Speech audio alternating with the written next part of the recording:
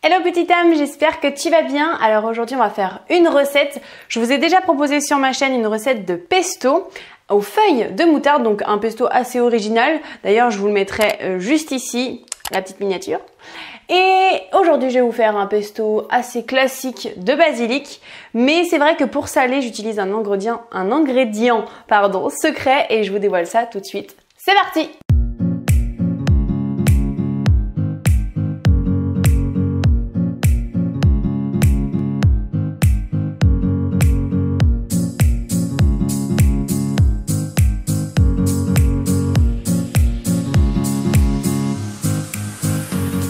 Alors pour réaliser 150 g de pesto au basilic, vous allez avoir besoin de 50 g de basilic frais, vous allez avoir besoin de 50 g de graines de tournesol ou de graines de noix de cajou ou encore de graines d'amande, peu importe, un oléagineux, que vous allez faire tremper minimum 1 heure et si vous voulez même toute la nuit, ça fonctionne très bien.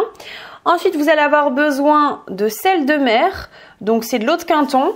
Alors soit vous utilisez ça, soit vous utilisez du sel normal, d'Himalaya, sel aux herbes, comme vous voulez. Ou bien encore, vous pouvez utiliser de la sauce soja comme ceci, du tamari, qu'on appelle ça comme ça en magasin bio, vous le trouvez facilement. Donc voilà, donc il y a plusieurs alternatives pour saler votre pesto. Moi, ce sera avec l'eau de Quinton.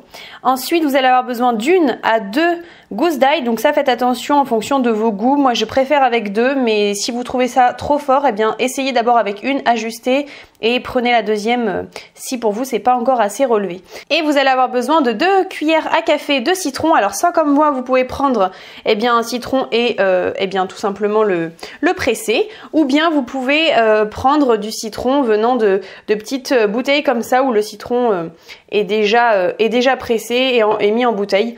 Vous trouvez ça aussi pareil en magasin bio. Donc voilà, après à votre guise, c'est comme vous préférez. Et enfin, vous allez bien sûr avoir besoin d'huile d'olive. Il va vous en falloir 8 cuillères à soupe. Voilà, tous les ingrédients. Et bien sûr, un mixeur pour pouvoir tout mettre. Alors moi, sachez que, donc là je vous ai fait une petite présentation, ça va être comme ça pour la quantité, voilà 150 g.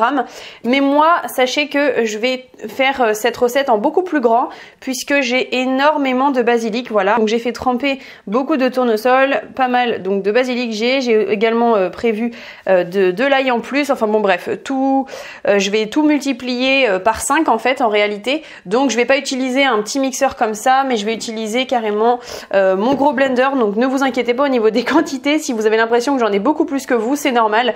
Vous, normalement, vous devriez avoir plutôt un petit ramequin comme ça.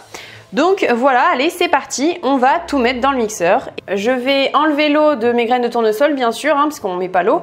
Et c'est parti, pour tout mixer.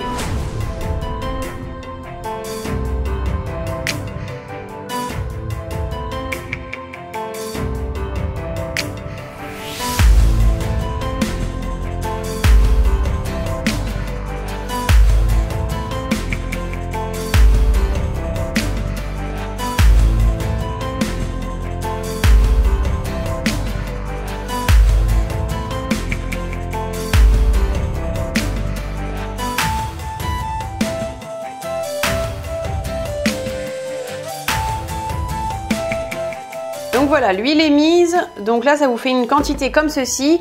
Bien sûr, moi je vais ajouter eh bien, tout le reste pour que je puisse faire le pesto en une fois, hein. Mais vous, il est prêt à être mixé. C'est parti, hop, on va refermer.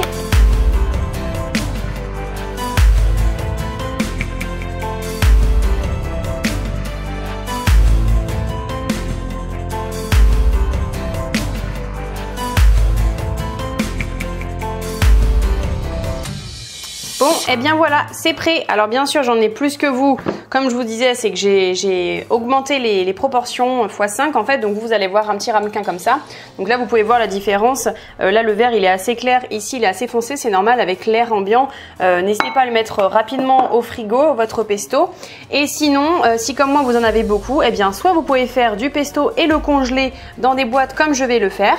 Soit vous pouvez en fait prendre votre basilic, en ciseler, en mettre dans des boîtes en frais et pouvoir faire comme avec la ciboulette, le persil et mettre sur vos crudités pour saupoudrer, ou alors même ça peut être dans des cuissons comme vous voulez. Moi c'est vrai que j'adore le basilic avec les tomates particulièrement, mais voilà, le basilic vous pouvez le congeler sans problème, que ce soit en frais ou en pesto par exemple. Donc c'est parti, je vais tout mettre dans mes petites boîtes. J'ai oublié de vous montrer la consistance, alors la voici, vous pouvez voir, c'est vraiment... ça donne vraiment envie. Et voilà, c'est tout bon. Donc j'avoue que les boîtes là, elles sont assez grosses. Je les ai pas remplies entièrement, mais déjà c'est bien assez gros.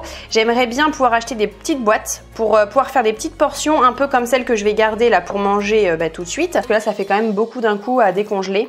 Voilà, donc mais bon, j'espère que la recette va vous plaire. En tout cas, là, c'est tout bon pour moi. J'ai hâte d'avoir vos avis dans les commentaires. Sur ce, je vous embrasse. N'hésitez pas à vous abonner, à commenter, à mettre un petit pouce en l'air si vous avez aimé la recette, et puis à partager la vidéo pour d'autres personnes. Je vous dis à bientôt pour une prochaine vidéo.